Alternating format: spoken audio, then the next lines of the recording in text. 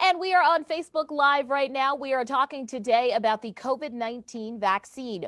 We are joined by a number of guests right now via Zoom as we are in a pandemic, so we are respecting the protocols that we are talking about. I want to introduce our Facebook Live guests to Facebook Live, and we will also be coming into our News 12 New Normal program that will be airing across our network, so people will see you on television as well. And please join into the conversation. So we have DrLiz Mathias from Psychological and Educational Consulting in Livingston, New Jersey. Dr. Mathias, thank you for joining us. Of course, my pleasure. We also have Dr. Hugh Cassiere, Director of Critical Care Medicine at North Shore University Hospital on Long Island. Good evening, everyone. Pleasure.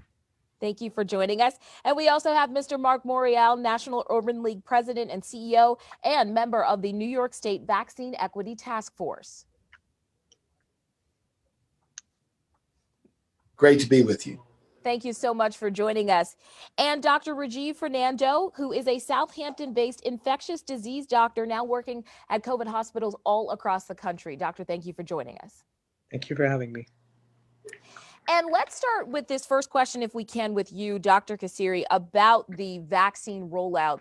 What is it that people need to know? We have a question already here on Facebook from people saying that they're not able to get the vaccine, even though they have pre-existing conditions. They're not able to get appointments. Yeah, well, part of the problem is the vaccine availability.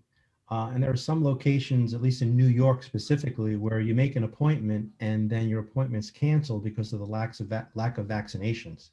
So that's one of the big issues. The other issue is how to make an appointment for a vaccination. You need to be technologically savvy, have access to a website to make that appointment. So there's a couple of issues here that need to be ironed out so we can, vaccinate the people at risk. And Mr. Morial, if I can piggyback off of that, because a lot of those issues touch on equity. The equity isn't just about the making sure that it is given to people across the board, whether it's gender or race, but also people having access to technology, having the ability to be able to navigate the system to get an appointment. Well, I think, for example, that if you had a wider number of locations where you could get the vaccine, community-based locations, you wouldn't have the long lines at the limited number of locations. Additionally, it would be prudent and wise if they would have created a phone option to make an appointment as well as an online option to make an appointment. What disappoints me is that we knew in March that there would be a time that, quote unquote, there would need to be a mass distribution of vaccines. And any system should have been pressure tested against language, technological capabilities, location. So this is a failure of the administration that just left to really create an overarching national plan. I don't think that technology or going on an app or going on a computer to make an appointment should be the only way. I think people ought to have the ability to pick up the phone and call if they choose that. And I also think that there should be walk-up locations in each community for people who just say, I don't mind standing in the line, but I'll walk up and take my chances. You've got to meet people where they are. Everyone doesn't have a computer. Everyone doesn't have the knowledge. Some people are frustrated with the use of a computer, but for the 60 or 70% of the people who want to do it that way, they should be able to do it that way. For those that want other options, they should also make that available. And meeting people where they are, Dr. Mathias, I see all of you shaking your head as Mr. Morial is talking, but given that we are in a pandemic and the stressors that people have been under since March that have only been compounded, tell me, what does this add to people's mental kind of capacity when it's the vaccine is here, but the fairness issue, and we've gotten a couple of questions about this on Facebook, seems to be something that is difficult to surmount? I think the level of anxiety has been so high all throughout, and to add this extra piece, I think it takes people over the top, and I'm seeing a lot of fatigue, just this COVID fatigue, this COVID anxiety, consistent, and it's constantly running. And then when something like this comes up, then people's level of anxiety escalates so high that now they're becoming very consumed by it. and they feel the need, like, I need to protect myself. Right. And doctor, we have to wrap you up right there. We're going to join into our new normal newscast on News 12 Long Island right now and our News 12 properties. Will take effect next week. He also cautioned that masks, not vaccines, are still the best safeguard against the virus in the months to come. President Biden also issuing a stark warning. He says the U.S. death toll from the virus could top 500,000 next month. Vaccine maker Moderna says it has now supplied more than 30 million doses here in the U.S. That is an increase of 12.4 million since January 4th. But according to the CDC, only about a third of those total doses have actually been administered. It's time now for the new normal. Well, what happens if we have an even more transmissible variant? That could make those activities a lot more dangerous. Tonight on the new normal, concerns about what COVID-19 variants could mean for daily activities like grocery shopping. Plus, frustration mounting for many seeking a second dose of the coronavirus vaccine. I've looked on CDC, on New York State, on Northwell Health. I just don't know how to get an answer. What you need to know about who's legally responsible for scheduling your second dose. The new normal starts now.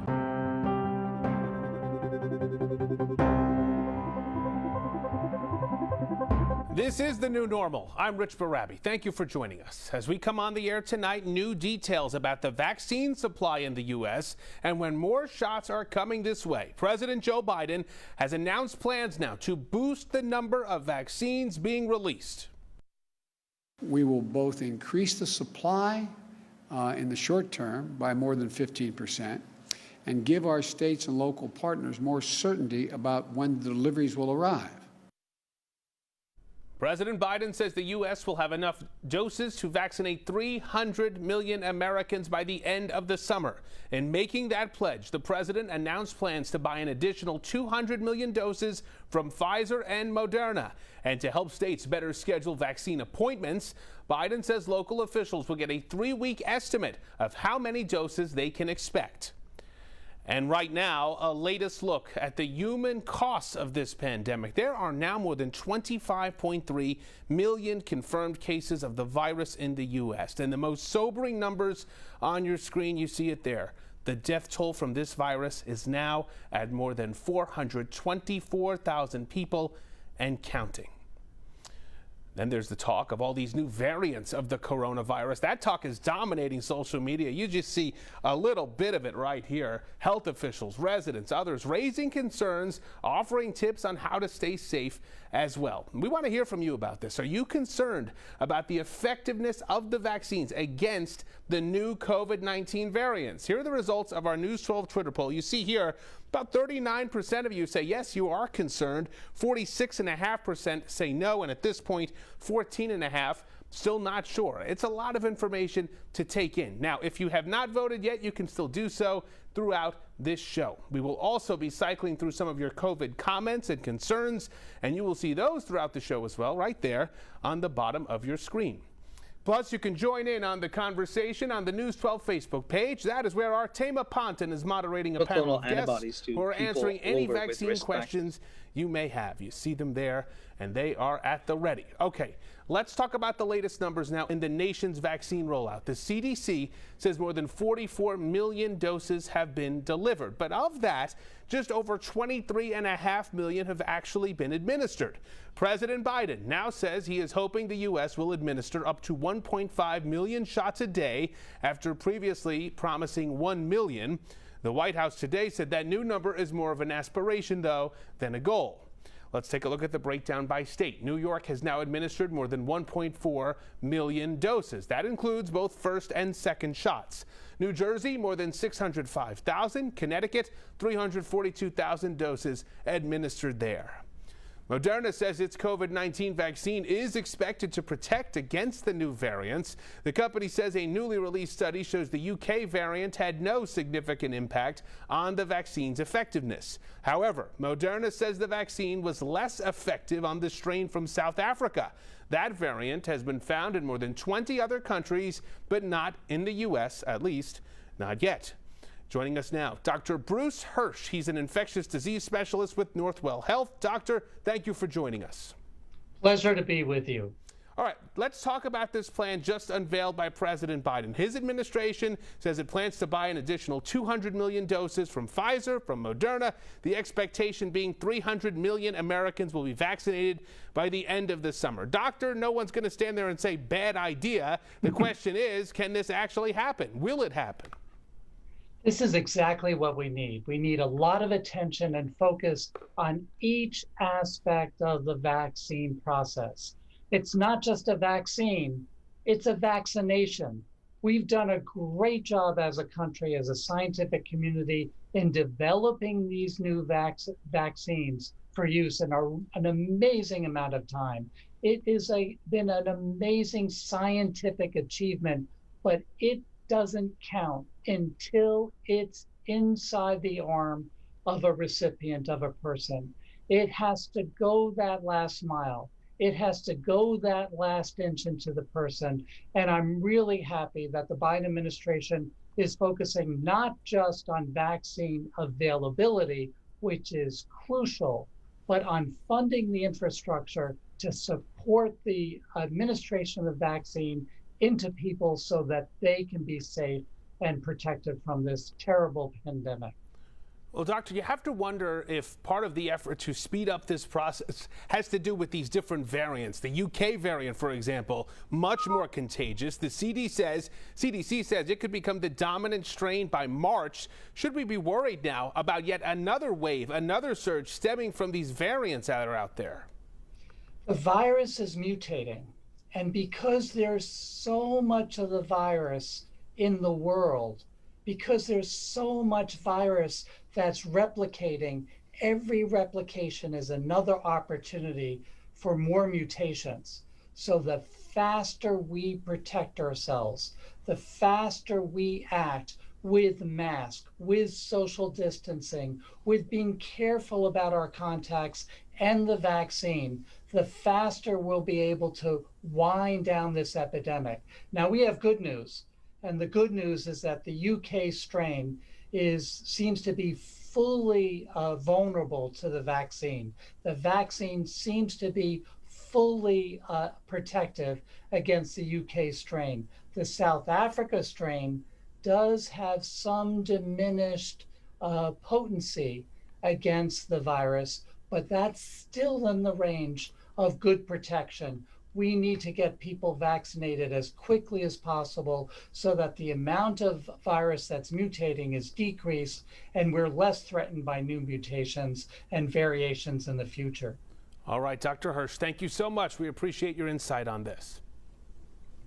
All right, so let's talk about what is new tonight. The troubled rollout. It's not new, but it continues. The vaccine is leading to another headache. We're hearing from people all across the tri-state. You probably know someone who got the first vaccine, but now they can't figure out how to get the second. Our senior investigative reporter, Tara Rosenblum, joins us now from the Yonkers newsroom with that story. Tara. And Rich, you've heard it before. People who've been lucky enough to receive the vaccine describe it as the relief of a lifetime. There's just one problem. Due to high demand and limited supply, many people in our area are now struggling to get that critical second dose on time. It was like I won the lottery. It was great. Suffolk County school teacher Pam Goodland was ecstatic to receive her first jab at Duck Stadium last week, but that all turned into confusion after she received this COVID-19 vaccination card requiring a second dose within a month. So I said, how do I do that? And they said, well, we're not really sure. So Goodland went online without much luck. I've looked on CDC, on New York State, on Northwell Health. I just don't know how to get an answer. She's not alone. I couldn't get a hold of anybody. Hundreds of vaccine seekers scrambled to get that critical second dose on time and turned to News 12 for help. So we analyzed the health department guidelines closely to find out who's responsible for scheduling these appointments in the first place. The answer is your provider. In other words, whoever administers your first dose is legally required to schedule your second immediately. So what happens if you can't get that second dose within the recommended time frame? Well, the CDC now says it's okay to wait a week or two beyond that, but you need to know that neither drug maker, we're talking about, of course, Pfizer and Moderna, have tested the safety and efficacy of their vaccines outside their set dosing schedules. So something to keep in mind there, Rich. Well, Tara, it's interesting because you take a leap of faith when you get that first dose. You believe the second dose is going to be there. If it's not, is there any recourse? Well, unfortunately, Rich, due to all the confusion and backlog, there's no magic wand we can offer. But I have spoken to several lawmakers, and they say the best thing that you can do is pick up the phone, call your provider directly, remind them that they're legally required to provide your second dose. And if they don't, well, they said you should report it to the state immediately so that they can investigate. Rich? It's another wrinkle in this whole process. Tara Rosenblum, thank you. All right, does the coronavirus vaccine keep children from getting COVID-19, and is it safe for kids? The new step Pfizer's taking to get you those answers. That is coming up next. But first, let's take this conversation online. Our Thema Ponton is moderating a panel of guests on Facebook Live. Thema. Well, Rich, we are talking about the vaccine rollout, and we were getting to vaccine equity. Mark Morial, who is president and CEO of the Urban League and also a member of the New York State Vaccine Equity Task Force. We got a question from someone about how people who are homebound can get the vaccine. I'm familiar with a company called Ready Responders, and there may be others who do this, who will provide medical services at home. It's a mobile option. And I think that to deploy those types of options for people who may not be able to get out would be important to advance the cause of equity. All right, so there is a way for people to participate who are I'm not going to homebound. say there is. I'm suggesting what should be done. That this option is available in New York, but it should be. Okay.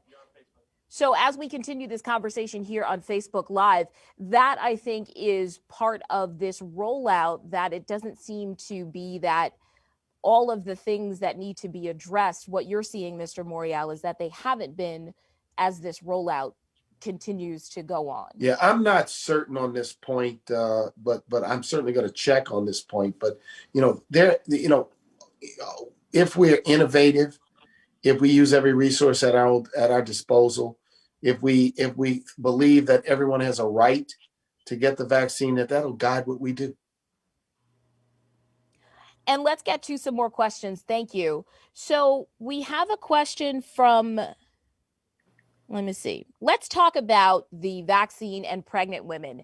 Today, we did hear from the World Health Organization cautioning about the vaccine and pregnant women. Dr. Cassiere, what do pregnant women right now need to know about this? Well, one of the interesting things about the vaccine trials is women got pregnant during the vaccinations. As far as I know, there's no issues with pregnancy and vaccination. What they're alerting is that there's no data specifically in the pregnant population. And I'd be very interested to hear what Dr. Fernando has to say about this as well. Yeah, thanks for that. I'm in complete agreement with you. Like I said, like you mentioned, people got pregnant during the trial. It's also very important, the way I answer this question to a lot of my patients when they say this is, remember, this mRNA, it actually is in what's called the cytoplasm. In order for some concerns, whether they're going to be pregnancy defects and things like that, we're going to have to see something involving the mRNA probably entering into the nucleus region.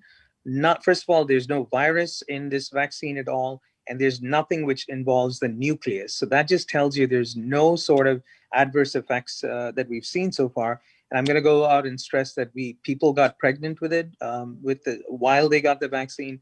No known deformities so far that we've heard of.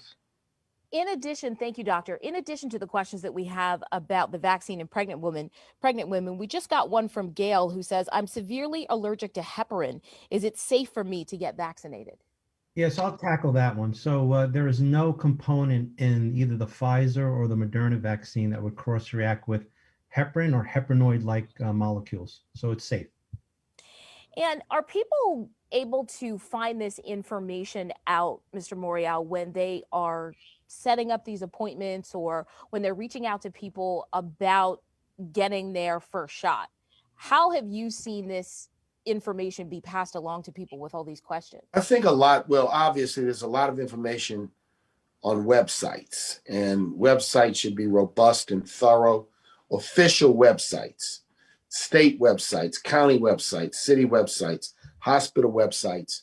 And we have to discourage people from following rumors, conspiracy theorists, people that are peddling misinformation. So that's where we want to encourage people to go for their information, or consult your own physician to get them right information. And we have to pause right here. We're back in our News 12 broadcast. We're going to listen in for a couple of seconds here. Thank you. More and more replication, you can get more and more evolution of mutants, which means you've always got to be a step ahead of it. Sobering news indeed. Welcome back to the new normal. The CDC now says COVID vaccine doses may be spaced 6 weeks apart, but only in cases where it's not possible to get the shot at the recommended time. Otherwise, the second dose of the vaccine really should be administered at 3 weeks for the Pfizer shot and 4 weeks for the Moderna version. Medical experts say there's limited data available on the efficacy of the vaccines beyond that 6-week interval. And there's another big change from the CDC, the agency updating its guidance now to say it may be okay to mix and match COVID vaccines in what it calls exceptional situations. While admitting the Moderna and Pfizer vaccines are really not interchangeable, the CDC says it may be acceptable to get one shot of each in order to complete both doses. The change comes amid growing concern. We were talking about it, about that availability, supply, and the distribution then of the vaccine. Pfizer says its COVID vaccine trial for kids aged 12 to 15 is now fully enrolled. It's a key step before the vaccine could be used in younger age groups. Right now, the vaccine is only approved for people 16 and older. Children have been less affected by COVID-19 than adults, but as you know, they do still catch the virus. More than 2.5 million cases have been reported in kids. Okay, let's bring in Dr. Charles Bruce Tago. Doctor, thank you for joining us. President Biden's nominee for the top spot at Health and Human Services is slamming the former Trump administration for its handling of the vaccine, the long lines, the confusion about where to go and how to get it. Take a listen to this. That's not America. That's not the way we treat those we consider vulnerable in need of this vaccine most. That is not America at its best. You can't just tell the states and the local governments, here's some vaccines, now you go do it. No, we have to coordinate. We have to provide the resources. Doctor, is that coordination there? Wasn't there previously, but it's beginning to take some shape. Thank you for having me on your show. But there's a lot of work to be done. The vaccines were produced, they were bought and supplied, but the distribution process was not well put together. But the new administration is working hard, I believe, to getting it there. So we're hoping that things move smoothly and then it ends up in the arms of the patients of the population who need it. Okay, doctor, we're all looking for some silver linings, some good news here. Maybe this is a part of it. In the search for a cure, we are finding out that Regeneron has announced its antibody cocktail prevented COVID-19 infections in its trials. It also appears that infections in volunteers who received the antibody were less severe than those who did not. The volunteers were considered at high risk of infection because they lived in the same household as a COVID-19 patient. 400 volunteers took part in the study. It's being run by the National Institute of Allergy and Infectious Diseases. That study's still ongoing. More results are expected in the weeks ahead. So, doctor, is this a game changer? Is there a way to deploy the Regeneron antibody in the absence of vaccine, or do they need to work hand in hand in really tackling the pandemic? It's a great idea that we have this available. It's new. It's just been tried in 400 cases. That's what, like you mentioned, but it seems very promising. They should work hand in hand with the vaccine. The game changer for this is that it actually can prevent people from getting severely ill and works very quickly. Unlike the vaccine that takes up to several weeks to actually be effective. So it could be a potentially huge game changer going forward. Well, there's a lot of questions about the vaccine and when you actually have a sense of protection, a sense of immunity. One of our viewers, Maddie, asks, is it safe to go near my grandchildren after I'm fully vaccinated? Some of them are too young to keep their masks on. Doctor, what's your response to that question? The vaccine does protect you from severe illness. That's what they were studied for. But you can still get infected, though you will not get probably sick from it. So to protect your loved ones, your colleagues, your friends, it's best to keep your mask on. Yes, if the grandkids can't do it, that's okay. They can come to you. They are short enough. They can hug because they are way below your face line if they are that short. But you ought to keep your mask on because you could still potentially pass on infection to others because you're not completely free of infection. Okay. It does protect you to a very good extent from getting seriously ill, but you could still carry the virus. Okay, I want to fit one more question in here. This one comes from Jill. She asks, is there going to be a 55 to 64-year-old eligibility group after the groups we have right now? Doctor, considering how the rollout's gone, it doesn't look like that's going to happen anytime soon, does it? Might not be pretty soon, but hopefully within the next couple of weeks, should be up and running, I hope. Okay, well, we will leave it there. Doctor, thank you so much for being here. We appreciate it. Stay safe. Thank you for having me, Richie. Stay well. All right, highly anticipated data on a potential new vaccine. It is now expected in a matter of days. The latest on the shot from Johnson & Johnson. That is coming up next.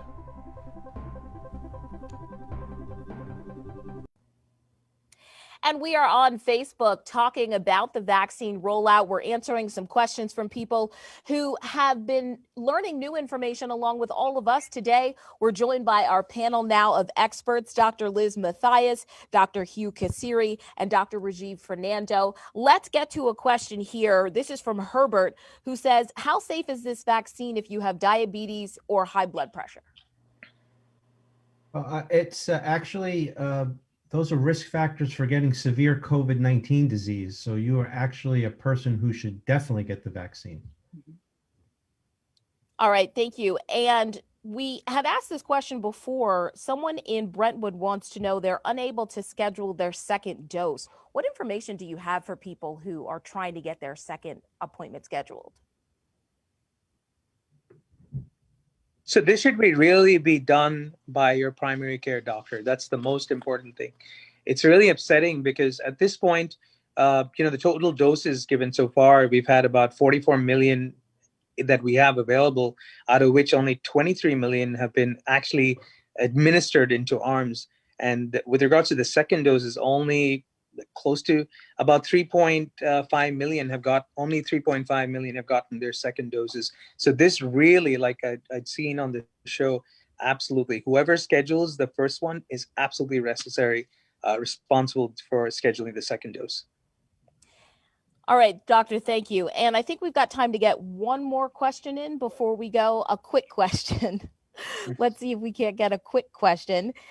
And for people, I'll ask this very quickly. For people who have whatever diseases that they're bringing, we've talked about COPD, we've talked about people with diabetes and high blood pressure. It sounds like a lot of the answer is make sure that you're communicating with your doctor. What about people who don't have a primary care physician?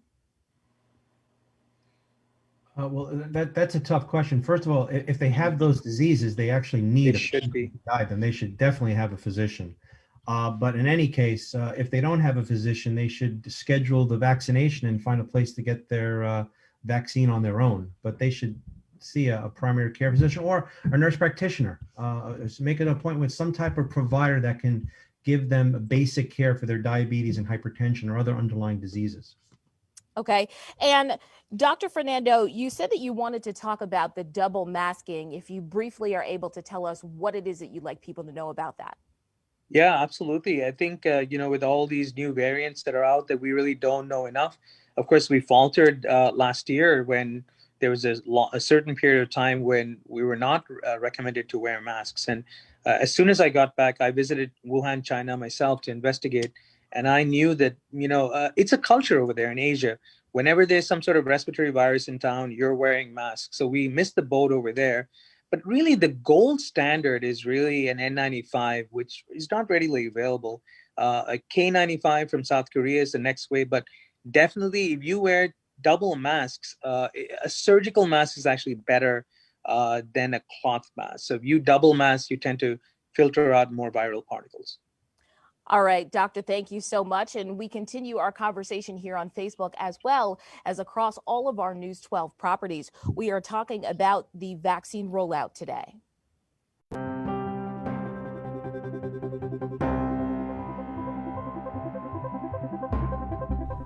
All right, now to what's next in this search for a cure. We are watching and waiting for more information on a potential new vaccine. Johnson & Johnson is now planning to release data from its phase 3 trial by early next week. If it works, the company could seek emergency approval from the feds. And unlike the current vaccines that are available, this one is just a single dose.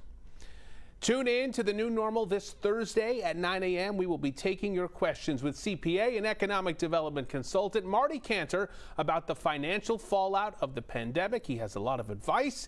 That comes this Thursday at 9 a.m. Okay, let's check back in now with News 12's Thema Ponton. She is with a panel of guests on Facebook. Thema. Thank you, Rich. One of our guests is DrLiz Matthias with Psychological and Educational Consulting. Dr. Matthias, briefly tell us, what would you like people to know from your perspective about how they can be dealing with this? Well, I think a lot of our children, adolescents, and teens, and young adults right now are really struggling because of the way that education is being served, for lack of a better way of saying that. And that I think they're really trying to find that normal. And so as much as possible, trying to create as much consistency as at home and to just find that new normal. All right. Thank you, Dr. Matthias. A good segue as we join Rich back in our new normal show. Rich? That's why we gave it this name. It's certainly a new normal, for better or for worse. Thank you very much. And thank you all for joining us. Thank you for sharing your questions. Thank you for voting in our poll. The good news is you can still weigh in on this. There's the question. Go vote right now on the News 12 Twitter page. The poll is still up. There's more news straight ahead right here on News 12.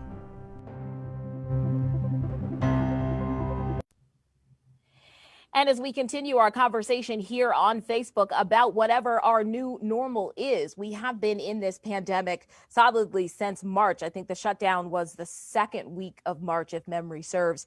And Dr. Matthias, I want to come back to you about the things that people are dealing with. In addition to the medical questions that people have, it's also a very difficult thing. People aren't going to work. They're not being able to see their friends and family, and even regular things, not going to the supermarket. What is your advice to people through all of this? Again, try to find as much consistency and routine and do things that you can that feel safe. I know some things are open, not everything is open. And trying to find time as a family, or to find, I know our teens are the ones who are really struggling the most because they miss their friends. They miss going to school. They miss being in a classroom, and that level of accountability right now, a lot of our children don't have it. And so kids who were once high achievers are not right now. And we're seeing a lot more ADHD-like symptoms, and just a lot of lethargy, a lot of sadness, grieving for the life that they have known, and certain grades.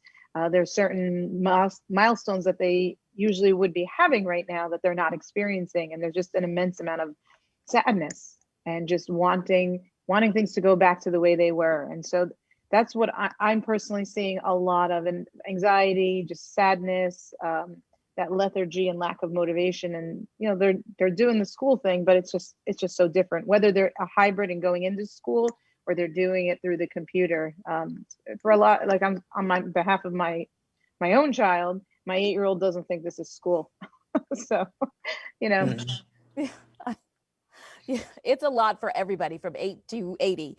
Dr. Cassiere, if we can talk again about the vaccine rollout, and what is your advice to people who are coming into North Shore, people that you're seeing, about just the kind of frustrations that they have and some of the things maybe that they should be asking when they do get their appointment? Yeah, so I'll bring it back, make it personal. I mean, I had to make appointments for my parents. It was impossible to them. It was easy for healthcare workers. We're being vaccinated by our hospitals and our facilities. It's really the community that's suffering for the vaccinations. I had anxiety because I didn't know if I was going to get my vaccine at 12 p.m. or 1 p.m. Lucky me. But, there are people in the community. And again, it was a struggle just making appointments for family members because there is no telephone number. There is one in Jersey, but not in New York. And to find the frustration of trying to sign up for a vaccine and going back and seeing that that spot was taken, it's really an impossibility right now to make a vaccine, let alone if you get the vaccine, how am I going to get my second shot from my parents? Is it the Moderna vaccine that they're giving and then it's 21 days? I mean the 28 days. Are they going to get the Pfizer? Then I got to schedule 21 days for the vaccine. There are so many computations here that makes this whole vaccine rollout chaotic. And I'd hate to say that it is extremely chaotic and very frustrating. I'm sophisticated, I'm smart, and I'm having a hard time making vaccinations for my parents. I was just going to say, if the director of critical care medicine at North Shore Hospital is having problems, then you can only imagine the frustration that other people are feeling. Dr. Fernando, we do have a question here about school sports coming back. Is that a good idea? People want to know, is that safe for their kids? I don't think it's a good idea right now. I think we're in a position where we're starting to reopen schools, and that has to be done really cautiously as well. We do have to get on with it and start schools. I'm in agreement with that, but very, very, very stringent guidelines have to be made. And first of all, I think it's really important that the school actually accepts these guidelines. We should never force the school to say, let's get going. They have to be between the administration, the teachers, the kids, very strict policies. But I think at this point, it's not a good idea to start contact sports. So let me follow up on that, because there is a strict policy. For example, in Suffolk County, they've been given the green light here on Long Island to go forward with some high-risk sports: football, wrestling, competitive cheerleading. Some of the guidelines include rapid testing for the children. They have to wear masks. There have to be temperature checks. Are those the kinds of things that you're talking about? Yeah, but the thing is, how often can you be tested? Actually, rapid testing, how we're talking about big sports teams like the NBA, they're in a bubble, they get frequently tested. Can all these be done in these schools so that we keep people safe? I've mentioned that temperature screening before is not a great test. As a matter of fact, it can give you a false sense of security. At that particular time, are you having a fever or not? And let's say you don't have a fever at that time, it doesn't mean that you don't have COVID-19. So it's reasonable where if you walk in and you have a temperature, all right, food for thought, let's keep investigating further or evaluating further. But if you don't have a temperature at the time, it doesn't rule out having COVID-19. So all these indicators have to be viewed very carefully. I just don't feel we're ready for prime time to getting back to contact sports unless these kids are going to be tested every day more frequently before they go out to play. They're going to have rapid tests probably before they go play sports. So, I mean, we have to understand that all the bigger sports like the NBA, that's like, national, and they have the logistics to do all this. I'm not sure they're really ready for contact sports at this point. Dr. Matthias, if I could ask you to follow up on that, because I've talked to some of the kids myself. They've had rallies, let us play.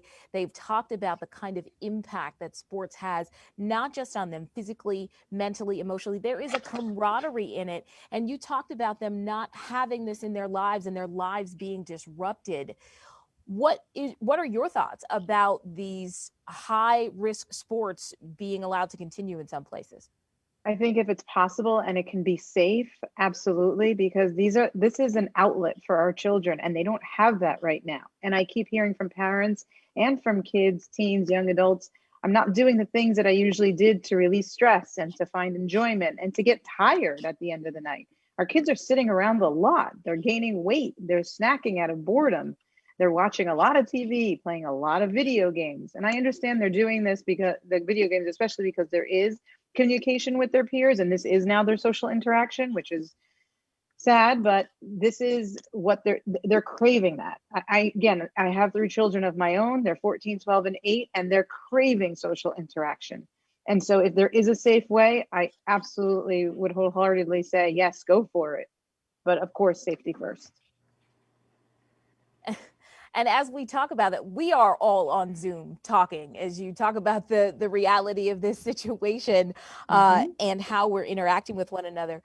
Dr. Cassiere, I think you said the other day about the vaccine in relation to the polio vaccine and the variants and how they were changing. Can you repeat that? I thought that was really good, the way that you kind of explained to people the level of concern about the new variants and whether the vaccine will be effective on them. And I'm glad you asked me. So I use the example of the polio vaccine is 70 years old.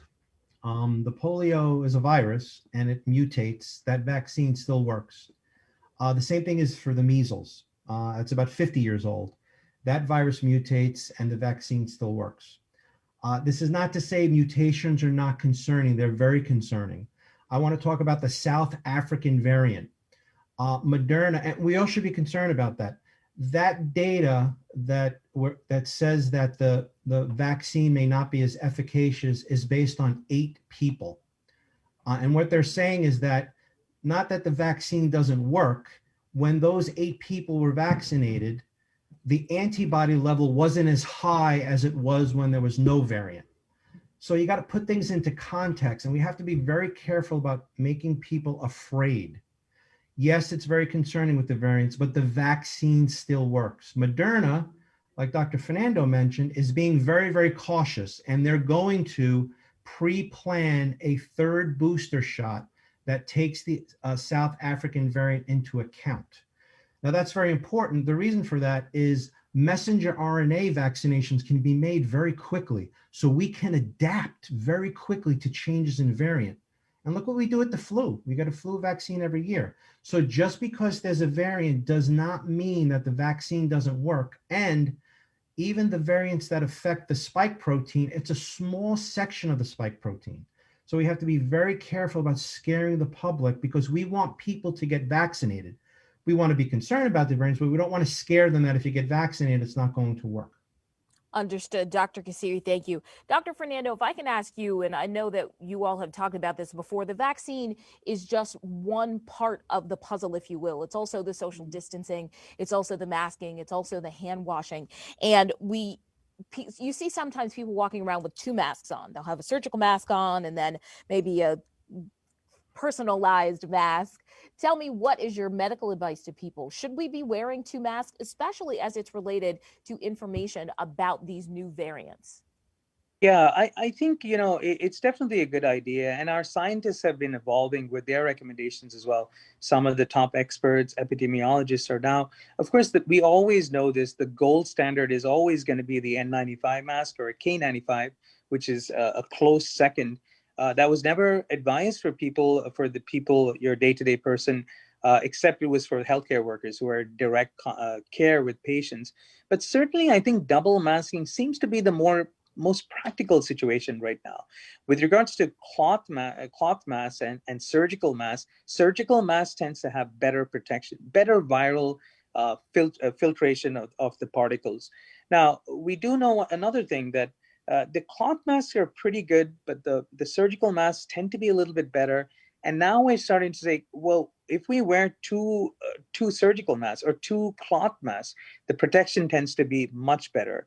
The WHO, of course, recommends that you need at least 2 layers of protection.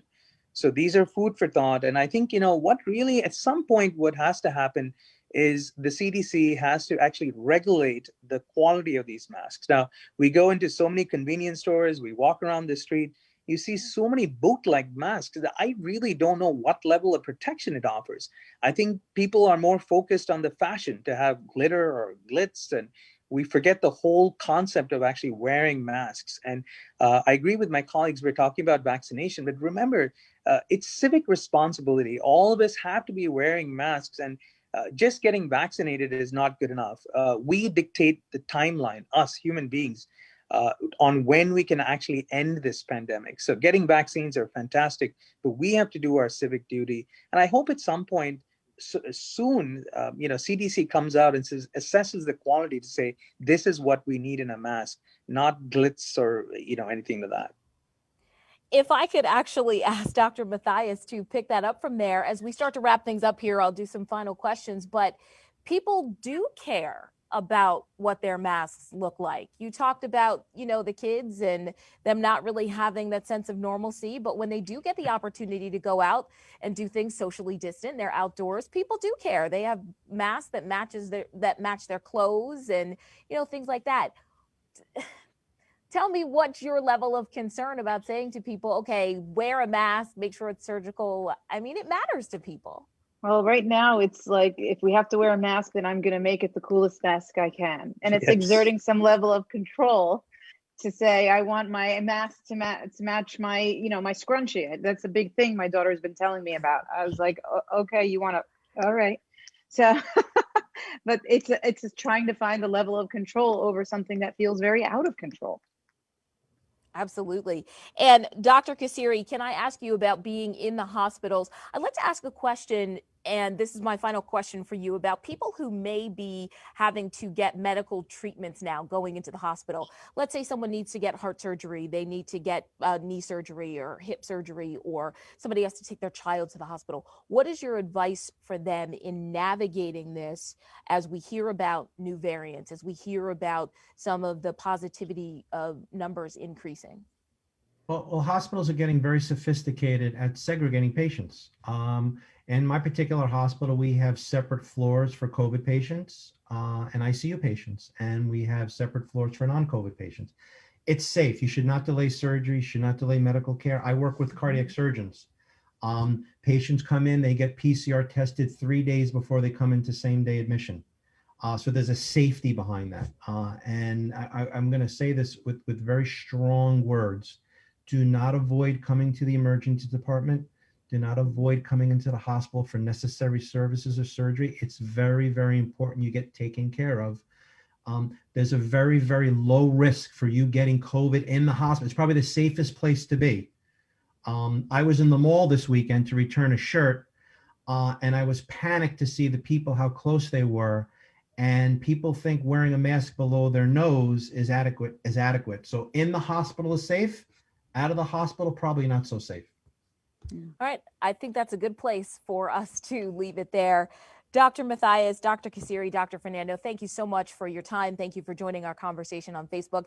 And thanks to all of you for asking those questions. And please always continue to keep them coming, not just to us, but to the members of our panel. Thank you all again for your time. We appreciate it. Have a good night. Have a wonderful You as evening. well. Thank you Stay to safe, all my each and colleagues. every one of you. Thank you. Thank you.